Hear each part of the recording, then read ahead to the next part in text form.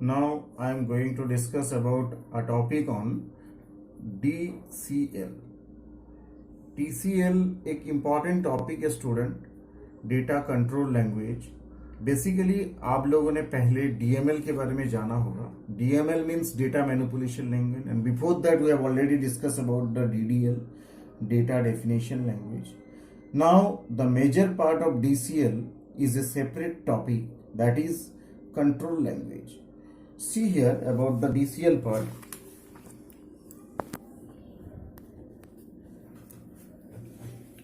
See, DCL means data control language. Basically DCL जो language होता है, इस लैंग्वेज का कमांड जो होते हैं वो DML कमांड्स को हैंडल करने के लिए होता है। स्टूडेंट्स, DML कमांड पे हमने जो कमांड्स देखे हैं डेटा मैनिपुलेशन के अंदर, वो क्या टॉपिक्स था? Like we have already discuss about the update, we have already discussed about select, right, and many more like this command which have been operated under the DML commands, यानी कि data manipulation language. Those commands are utilise for working over the records, यानी कि tuples के ऊपर काम करने के लिए DML का यूटिलाइजेशन था। अब DML का ये जो कमांड्स है, इन कमांड्स को हैंडल करने के लिए DCL का यूटिलाइज होता है। DCL basically handle over the DML, ultimately handle over these command, यानी कि DCL जो है it provide users with privilege commands. एक बहुत इंपॉर्टेंट टर्म है, प्लीज आप इसे नोट करें। DCL basically provide users with privilege command. Privilege commands means the owner of the database object has sole authority over them.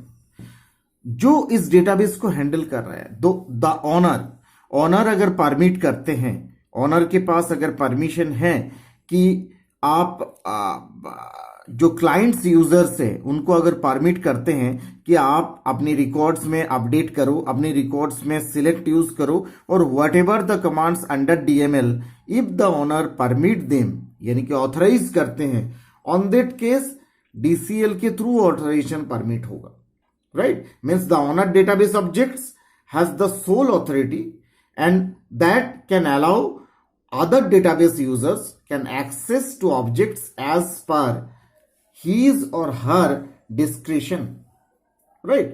Basically there are two DCL commands. DCL में भी दो command होता है।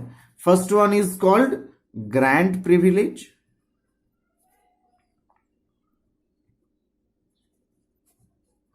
first one is called grant privilege and the second one is called revoke privilege.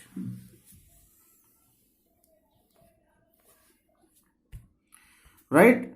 I think you have understood about the both commands, grant and revoke. अब देखिए grant command क्या होता है कि मान लीजिए आपने अपडेट यूज किया है, मान लीजिए आपने सिलेक्ट यूज किया है, अगर ऑनर यूजर अपने रेस्पेक्टिव अदर यूजर्स को जो इस डेटाबेस को और हैंडल करने की परमिट है, उनको अगर ये कमांड्स एक्सेस देते हैं कि yes you are a authorised person and you can utilise those operations, on that time the owner will have to permit the other user with grant privilege command.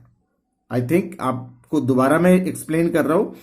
अगर honour user आपके जो है other users को, उनके under के जो सब users है उनको अगर ये परमिट करते हैं कि अपडेट या सिलेक्ट यूज कर लो, आपका डेटाबेस रिकॉर्ड्स का ये ऑप्शंस यूटिलाइज करो, तो उनको ग्रांट प्रिविलेज देके ही करना होगा। इसका एग्जाम्पल जो है वो इस तरीके से हम सिंटेक्स को डिजाइन कर सकते हैं, like this way you can write grant privilege on object underscore name to user name. जो भी ऑब्जेक्ट नेम है वो जो यूजर नेम को परमिट कर रहे हैं।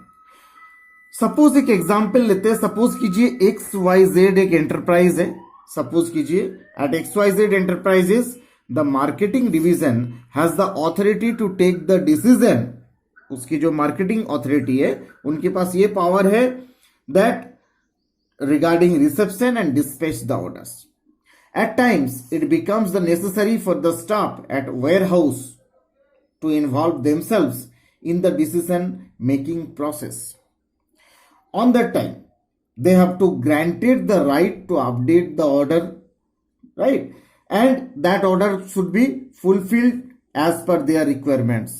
मतलब XYZ जो कंपनी है वो कंपनी क्या चाह रहे हैं, वो कंपनी ये चाह रहे हैं कि अपने जो एम्प्लॉयज है, जो वेयर हाउस में उनके एम्प्लॉयज वर्क कर रहे हैं, वेयर हाउस एक मान लीजिए आपके आधार डेटाबेस का ऑब्जेक्ट है, यूजर है आधार डेटाबेस में, उस यूजर को आप परमिट करना चाह रहे हो, तो that time the query will be like that. SQL prompt में हम इस क्वेरी को लिखेंगे, एसक्यूएल प्रॉम्प्ट के अंदर क्या लिखेंगे, grant select comma update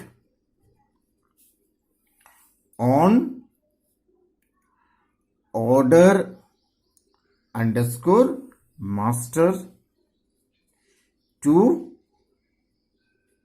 warehouse। देखिए ग्रांट प्रिविलेज मतलब जिन जो परमिशन आप देना चाह रहे हैं, प्रिविलेज मैंने क्या दिया, सिलेक्ट एंड अपडेट कमांड इनके लिए ओपन करके दे रहा हूं।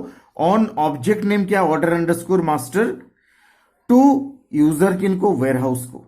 तो ये एक ग्रांट परमिशन के जरिए हम ऑफर कर सकते हैं। तो this is a part of DCL command, data control language, यानी कि डीएमएल का कुछ कमांड को परमिट करने के लिए, कुछ प्रिविलेजेस को परमिशन देने के लिए डीसीएल का इस कमांड का बहुत बड़ा रोल होता है, बहुत बड़ा यूटिलाइज होता है। Now the second command is revoke.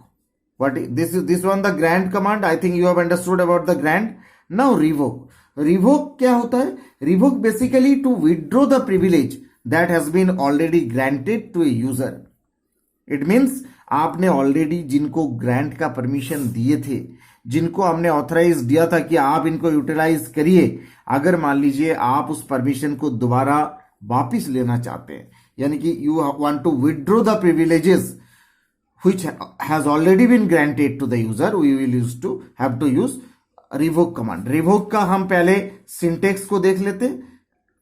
Syntax क्या होगा स्टूडेंट्स, इसका सिंटेक्स इस तरीके से आप नोट डाउन करेंगे, revoke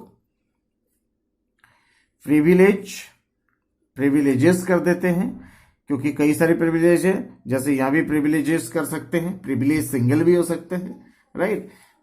revoke privileges on object underscore name to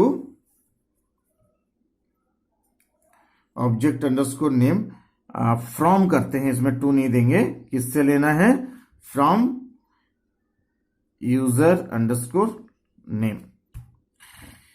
मतलब आपने जिनको आपने already you have given the privileges, you want to withdraw that privileges from through this command, right, revoke command. Basic command is revoke.